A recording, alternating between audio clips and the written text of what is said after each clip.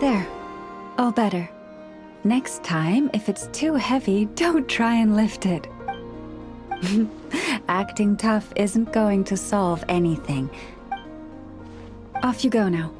Oh, actually, one moment. Take this twig. I picked it up by the roadside. It seems nice and sturdy. Of course. And do tell your friends that they're...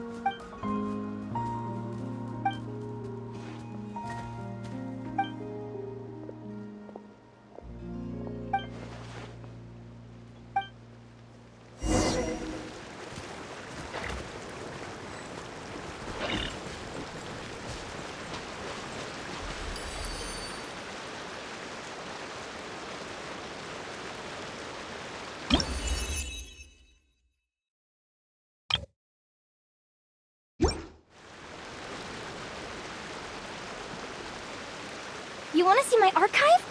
Of course! I'm always happy to show off my masterpiece.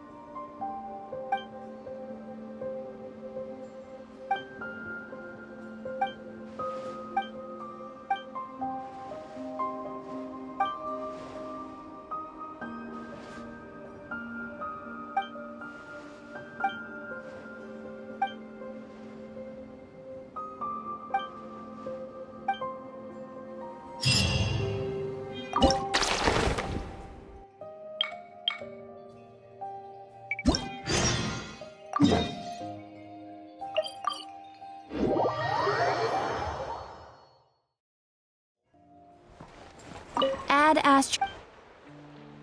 Thank you for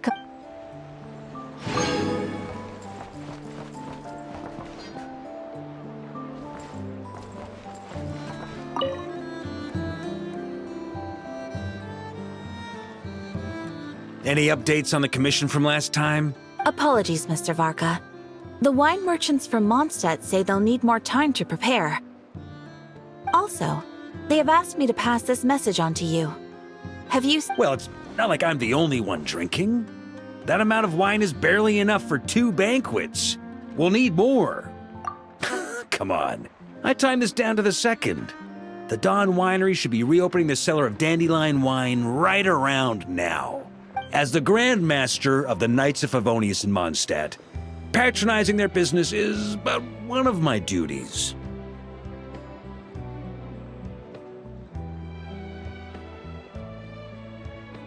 Don't worry, I've left some for them. I didn't clean it all out, or Charles would have nothing to work with. The trouble with long journeys, though, is that wine tends to lose its flavor in the process. Now, who to drink with? Kaya would definitely come if I called. And D-Luke?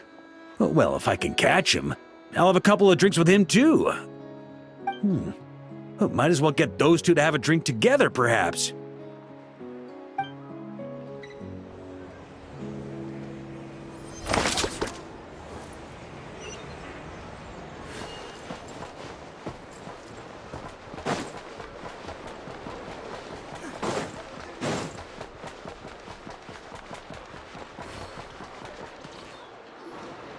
I can't believe it's not just the Moonglow fireflies.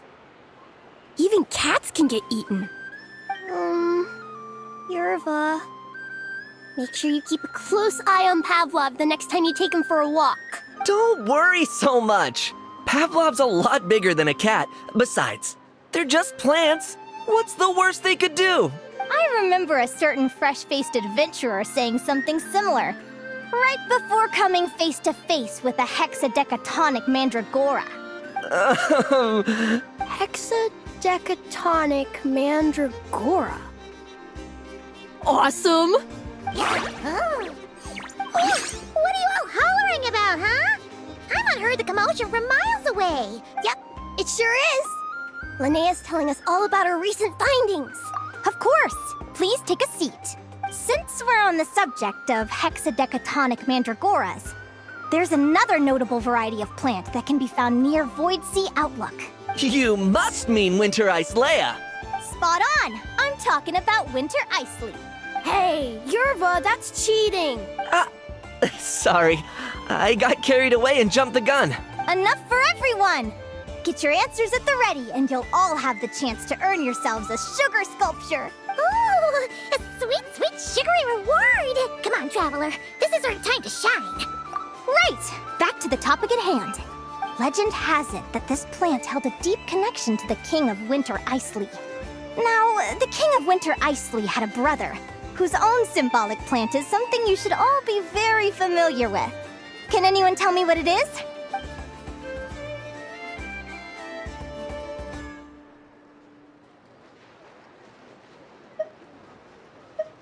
Correct! The answer is midsummer berries. Midsummer berries? All I know is Katya and Aino both make delicious midsummer tort. Midsummer berries are the symbol of the King of Midsummer Oak, brother to the King of Winter Isley. Legend has it that these two twins have been fighting since birth. They each take turns killing the other, only to be resurrected once more. Each rules their own season, with this cycle of death and rebirth continuing until the end of time. That's so sad. Katya once told me good relationships have nothing to do with blood. Sometimes it's precisely those connections that cause conflict to arise. How very perceptive of you. You're right, of course. What's more, due to Winter Isley's hardiness and resistance to the cold, it's also considered to be a symbol of the Light Keepers. The Light Keepers? They're the ones who dress in black, right? Are they also hardy and resistant to the cold? But their clothes look so warm. You've got it all muddled up. What Linnea means is that Just like Winter Isley, the Lightkeepers stand tall in the face of hardships as fierce as the icy wind. Wonderful! Your interpretation is spot on. Helga sent me a handbook, all the way from Fontaine. I think if Winter Isley has a meaning, it must be something like unbending. Or maybe the courage to persevere until the end. Well, someone's clearly learning to draw inferences. Well done! And Miko, you may have approached it from a very different angle, but your sense of logic is certainly interesting. Let's see if you two can answer this next one. Ask away! No question's too hard for the traveler. Such confidence! In that case, I'll ask you one of my hardest. Why do nocturnal blossoms come in both red and blue?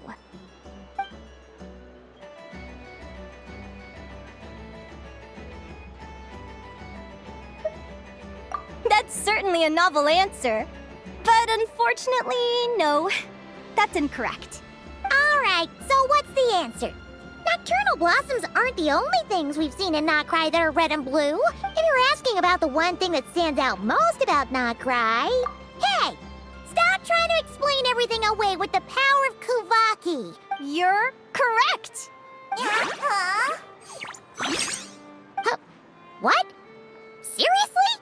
It's common knowledge for those of us who live in Notcry, but not so much for adventurers visiting from afar. But you weren't fooled by the question at all. It looks like you're on the path to becoming a real stellar adventurer. All right, that's it for today. All the students who answered a question can have a sugar sculpture! Huh? Wait a second! Don't tell Paimon that she's the only one who doesn't get any candy! Don't worry. You'll get yours too. You and the Traveler are a team, just like Lumi and me. Wow! Miss Linnea really is the best teacher ever!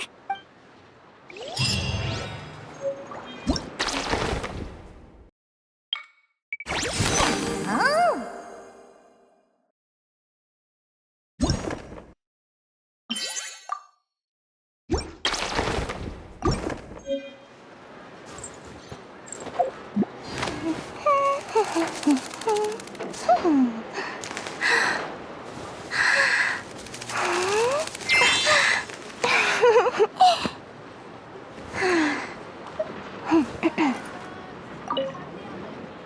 There's another legend that claims the opposing colors of the nocturnal blossom represent two sisters from the Frost Moon Scions. Do they kill each other too?